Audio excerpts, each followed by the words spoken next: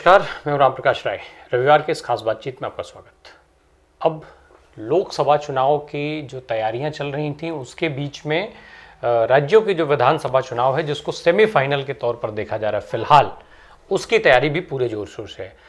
पहली बार ऐसा देखा गया है कि भारतीय जनता पार्टी जो अभी तक जो है वो हमेशा जब चुनाव जैसे जैसे फेज वाइज अगर हैं तो फेज वाइज सूची जारी किया करने का काम किया करती थी, उसने चुनाव की घोषणा से पहले मध्य प्रदेश और छत्तीसगढ़ जैसे राज्यों में उम्मीदवारों की सूची जारी कर दी।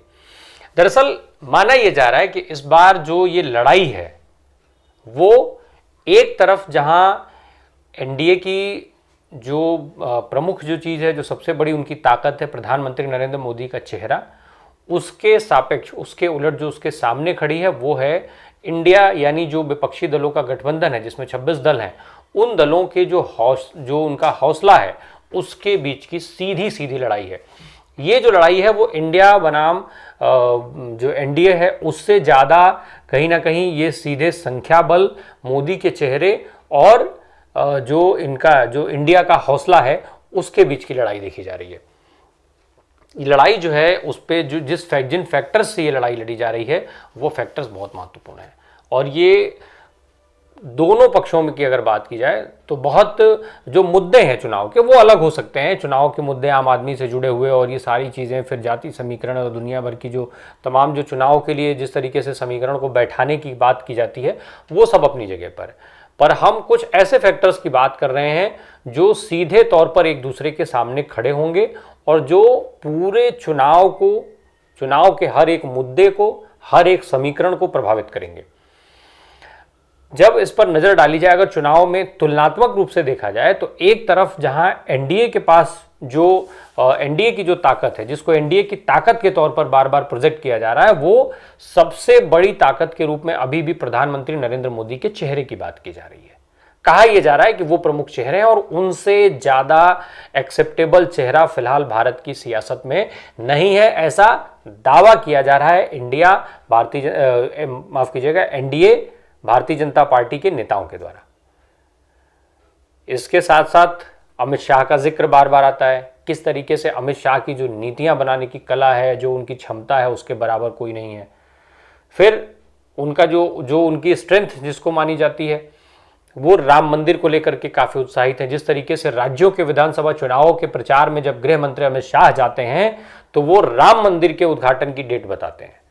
कर्नाटक में हम सब देख चुके हैं कि किस तरीके से कर्नाटक में भी राम मंदिर का जिक्र कर रहे थे, हिमाचल के चुनाव में जिक्र कर रहे थे, कैसे 1 जनवरी की डेट बताने का काम कर रहे थे। तो ये जो उनकी स्ट्रेंथ है जिसको लेकर के वो पहले से आगे बढ़ रहे थे, हिंदुत्व का मुद्दा और राम मंदिर, उस पर वो है। अब लगातार वो G20 को लेकर के अपनी पीठ थपथपा रहे हैं। G20 की बैठक की अध्यक्षता की बात वो इस तरीके से उठा रहे हैं जैसे ये कोई अद्भुत सफलता हो और विश्व के इतिहास में ऐसा पहली बार हो रहा हो कि कोई देश जो है उनकी अध्यक्षता कर रहा है G20 की। जिस G20 की बात होती है उसी G20 की बात वाले जो है विदेश में, एक देश में जब खुद प्रधानमंत्री होते हैं वहाँ पर, तो उसी समय पर मणिपुर को लेकर के बात हो जाती है, BBC की बात हो जाती है। तो ये सारी चीज़ें भी साथ साथ ही चल रही हैं। भले ही उसको G20 को, राम मंदिर को, प्रधानमंत्री मोदी के चेहरे को और अमित शाह की नीतियों को एनडीए जो है वो, भाजपा और एनडीए जो है वो अपना स्ट्रेंथ बता रहे हैं। अब इससे उलट हम इंडिया की बात करते हैं, विपक्ष पर आते हैं। विपक्ष की जो स्ट्रेंथ है वो सबसे जो महत्वपूर्ण मानी जा रही है आज की तारीख में, वो राहुल गांधी का जो फैक्टर है वो सबसे महत्वपूर्ण है। ना केवल कांग्रेस बल्कि जो इंडिया के तमाम गठबंधन के जो दल हैं उन दलों के अंदर भी, वहां पर भी राहुल गांधी को आज की तारीख में सबसे बड़े स्ट्रेंथ के रूप में देखा जा रहा है। खास करके जब से कांग्रेस की तरफ से उनके राष्ट्रीय अध्यक्ष मल्लिकार्जुन खड़गे की तरफ से यह ऐलान कर दिया गया कि कांग्रेस जो है वो प्रधानमंत्री पद के लिए नहीं लड़ रही है चुनाव, प्रधानमंत्री पद की लालसा नहीं है उसके अंदर। राहुल गांधी पहले ही इनकार कर चुके हैं इस बात से साफ साफ कि वो प्रधानमंत्री नहीं बनने जा रहे हैं। तो उनके इस ऐलान ने और मल्लिकार्जुन खड़गे की इस बात ने जो है वो इंडिया के जो बाकी दल हैं उनको जो है एक और आदर्श रूप में देखने के लिए मजबूर कर दिया है। कुछ इस तरीके की चीज़ है राहुल गांधी का जो इस समय सिनेरियो है वो। इसके साथ साथ इनकी जो सबसे बड़ी ताकत है वो ताकत जो है वो तमाम जो क्षेत्रीय दल जो अपने अपने राज्यों में बहुत महत्वपूर्ण हैं, बेहद ताकतवर हैं, उनकी जो सियासी जमीन है वो बहुत उर्वरा है, मजबूत पकड़ वाले लोग हैं अपने अपने राज्यों में। कोई सत्ता में है तो कोई विपक्ष में बैठा हुआ है, और विपक्ष में सबसे ज्यादा वोट लेकर के बैठा हुआ है। तो इस तरीके से ये जो गठबंधन बना है वो ताकतवर है। इसके विपरीत जब हम एनडीए पर नजर डालते हैं तो एनडीए में भारतीय जनता पार्टी को छोड़ दिया जाए तो बाकी जो सियासी दल अभी तक हैं एनडीए में, उनकी स्थिति को हम कई बार पहले भी बता चुके हैं किस तरीके से। उसमें 9 दल तो ऐसे हैं जिन्होंने एक भी उम्मीदवार नहीं उतारा लोकसभा के चुनाव में, 17 दल ऐसे हैं जिनके पास अपना एक सांसद नहीं है। तो उस स्ट्रेंथ वाले लोग एनडीए में हैं, और इसके विपरीत इंडिया में जो लोग हैं भाई, जेडीयू और आरजेडी जो है बिहार की सत्ता में है, स्टालिन जो है वो तमिलनाडु की सत्ता में है, ममता बनर्जी पश्चिम बंगाल की सत्ता में है। उनको वहां पर हराने के लिए तमाम कोशिशें की गई, पर भारतीय जनता पार्टी को वहां कामयाबी नहीं मिल पाई। तो ममता बनर्जी की वो स्ट्रेंथ है। इसके अलावा हम उत्तर प्रदेश की बात करें तो अखिलेश यादव यहाँ एक बड़ी ताकत के रूप में बैठे हुए हैं। वो पूर्व मुख्यमंत्री रहे हैं, सत्ता में रही है समाजवादी पार्टी। आज जो है विपक्ष में 111 सीटें लेकर के वो विपक्ष में बैठे हुए हैं, विपक्ष के नेता विपक्ष हैं वो, और मजबूती से भारतीय जनता पार्टी की सरकार का मुकाबला करते हुए देखे जा रहे हैं सदन के अंदर से लेकर के और तमाम मुद्दों पर। तो वो तमाम मुद्दे जो आम आदमी से जुड़े हुए हैं उसको यहाँ पर मजबूती से उठाने का काम कर रहे हैं। तो ये एक जो है उनकी स्ट्रेंथ है।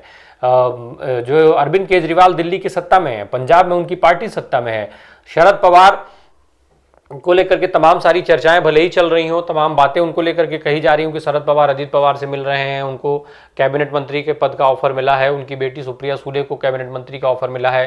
कहा यह जा रहा है कि ईडी और आर्थिक जो चीजें हैं उसके चलते उनके ऊपर एक भारी दबाव है। इन सब के बावजूद भी वो लगातार हमले करने में लगे हुए हैं, वो लगातार भारतीय जनता पार्टी की सरकार के ऊपर सवाल उठा रहे हैं, और वो साथ साथ ये भी स्पष्ट करते हुए चल रहे हैं कि वो कहीं भी भारतीय जनता पार्टी में शामिल होने नहीं जा रहे हैं। सांगोल की बात बार बार हो रही है कि किस तरीके से वहाँ पर जो चुनावी सभा हुई वहाँ पर मीडिया से बातचीत करते उन्होंने ये बात साफ कर दिया कि एनसीपी और बीजेपी की जो आइडियोलॉजी है, जो विचारधारा है, वो बिल्कुल भी मेल नहीं खाती। इसलिए किसी भी सूरत में शरद पवार जो हैं वो भारतीय जनता पार्टी के खेमे में आते हुए नहीं दिख रहे हैं। वो इस बात का ऐलान भी कर रहे हैं बार बार। तो ये स्ट्रेंथ इंडिया की बनी हुई है। इससे इतर एक तरफ जब इस तरीके की बात होती है एनडीए और एनडीए बनाम इंडिया की, तो और जो सर्वे लगातार एक के बाद एक आ रहे हैं वो भी कुछ इसी तरफ इशारा कर रहे हैं। खुद भारतीय जनता पार्टी और उसके मात्र संगठन आरएसएस का जो सर्वे है वो भाजपा के लिए चिंता वाले परिणाम दिखाता है। उत्तर प्रदेश को लेकर के सर्वे जब आया तो उसमें बिल्कुल स्पष्ट हो गया था कि उत्तर प्रदेश में 50% सीटें हार रही है भारतीय जनता पार्टी, जो सबसे बड़े स्ट्रेंथ के रूप में देखा जा रहा था कि उत्तर प्रदेश और गुजरात ही इनकी मेन ताकत है। तो गुजरात में हालांकि अभी चीज़ें बची हुई हैं, इनके फेवर में जाती हुई दिख रही है, लेकिन उत्तर प्रदेश इनके फेवर में जाता हुआ नहीं दिख रहा है। वहीं उत्तर प्रदेश के बाद सबसे बड़ा राज्य महाराष्ट्र है। तो महाराष्ट्र में जो सीटों की स्थिति है, भाई शिवसेना के साथ मिलकर के चुनाव लड़ते थे, शिवसेना आज की तारीख में इनसे अलग है। आज शिवसेना जो है उद्धव बाला साहब ठाकरे गुट के रूप में जो शिवसेना है, लोगों का झुकाव उसकी तरफ पूरा पूरा देखा जा रहा है। उसके साथ साथ शरद पवार और कांग्रेस वहां पर एक साथ मिलकर के चुनाव लड़ रहे हैं। तो वो जो वहां पर जो महाविकास अघाड़ी है उसकी जो स्ट्रेंथ है उसके सामने भारतीय जनता पार्टी कहीं खड़ी दिखाई नहीं दे रही है। और इसी का नतीजा है कि एकनाथ शिंदे जो है उनको अपनी ही कुर्सी बराबर हिलती डुलती दिखती है। वो इसी डर में आज की तारीख में मुख्यमंत्री बने हुए हैं कि कब मेरी सत्ता चली जाए, और इसको लेकर के लगातार चर्चा भी हो रही है। तो ये इस तरीके की जो राजनीतिक समीकरण जो बन और बिगड़ रहे हैं, ये कहीं ना कहीं इंडिया के पक्ष में एक माहौल बनाने का काम कर रहे हैं।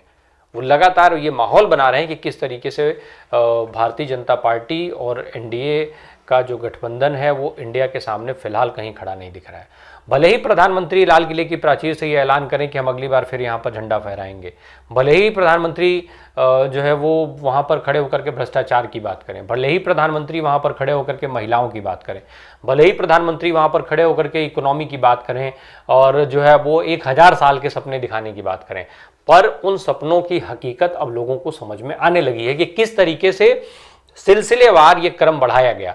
पहले 5 साल, 10 साल, 50 साल, 100 साल, और अब सीधे सीधे जो है 1000 साल।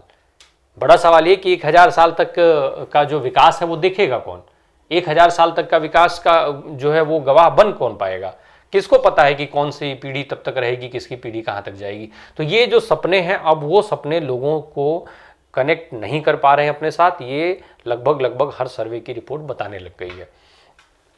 प्रधानमंत्री भ्रष्टाचार की बात करते हैं। मध्य प्रदेश में जो भ्रष्टाचार की उन्होंने बात की, अजीत पवार उनके साथ चले गए।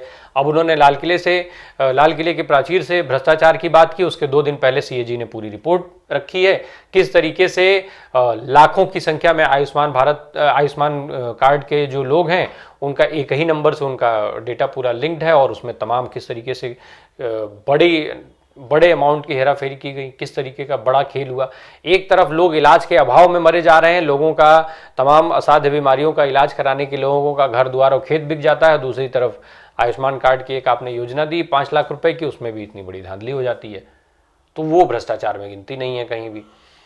तमाम सारी जो चीज़ें हैं भ्रष्टाचार को लेकर के, वो भी लोगों के समझ में आने लग गई हैं। अब जब एक एक करके ये सारी चीज़ें लोगों के समझ में आना शुरू हो गई हैं, तो इसका इफेक्ट भी जो है वो सर्वे की रिपोर्ट में दिख रहा है। लगातार जो सर्वे की रिपोर्ट आ रहे हैं, भले ही अभी तमाम सर्वे जो है उनको भाजपा और एनडीए को बहुमत के पास ले जा रहे हों, पर जो आंकड़े हैं, जो गैप है अभी तक कांग्रेस और भाजपा का या एनडीए और इंडिया की बात अगर की जाए, तो वोट परसेंटेज या सीटों को लेकर के जो गैप है वो सर्वे दर सर्वे घटता चला जा रहा है। तो ये जो सर्वे दर सर्वे घटना, जो आंकड़े जो घट रहे हैं, जो अंतर घट रहा है, जो गैपिंग घट रही है, ये अपने आप इंडिया की मजबूती की कहानी बयान कर रही है। वहीं दूसरी तरफ एनडीए की चिंताओं को बढ़ाने का काम कर रही है। इसी की देन है कि एनडीए की जो बैठक है, भारतीय जनता पार्टी की जो बैठक है, वो लगातार हो रही है। इसी की देन है कि प्रधानमंत्री नरेंद्र मोदी जो 2014 के बाद एनडीए भूल चुके थे, उनको एनडीए की बैठक बुलानी पड़ी। एनडीए के तमाम जो घटक दल हैं उनके सांसदों के साथ उनको बैठक करनी पड़ रही है। ये सारे जो परिणाम है वो इसी का असर है। अब देखना ये होगा कि ये जो हौसलों की लड़ाई है उसको इंडिया किस स्तर तक जाकर के लड़ पाता है और कितनी मजबूती के साथ लड़ पाता है, इसका परिणाम कितना वो अपने फेवर में कर पाता है। वहीं बार बार चाहे भले ही आंकड़े जैसे भी हों बढ़ते जा रहे हैं ये चीज़ें, लेकिन 2024 का जो चुनाव होगा, एनडीए और भाजपा जितनी आक्रामकता से चुनाव लड़ते हैं, वो ये निश्चित तौर पर कहा जा सकता है कि इंडिया के लिए रास्ते आसान नहीं होंगे। जमीन पर उतर करके, जमीन से लेकर के और सोशल मीडिया तमाम जो माध्यम है लोगों तक पहुंच बनाने के, उन सारे माध्यमों में भाजपा से कहीं आक्रामकता से जब आप उतरेंगे, तब जाकर के एनडीए का मुकाबला करना शायद आसान हो पाए। अन्यथा की स्थिति में आज भी भारतीय जनता पार्टी की जो आक्रामकता है उसके लिए बार बार ये बात कही जाती है। तमाम विश्लेषक मानते हैं कि उनके इतना आक्रामक होकर चुनाव लड़ना और चुनाव परिणामों को बदल देना, यानी रिजल्ट ओरिएंटेशन जिसकी बात करते हैं, वो न केवल आक्रामक होकर के मैदान में उतरते हैं बल्कि परिणाम भी ले आते हैं। तो ये निश्चित तौर पर ये चीज़ जो है उसके फेवर में है। अब देखना ये होगा कि इंडिया इसको लेकर के क्या कदम उठाता है, किस तरीके से जो तमाम मुद्दे हैं लोगों से जुड़े हुए उनको उठा करके लोगों के बीच में जाता है और लोगों को अपने साथ जोड़ करके उसको वोट में कन्वर्ट कर पाता है, वोट हासिल कर पाता है।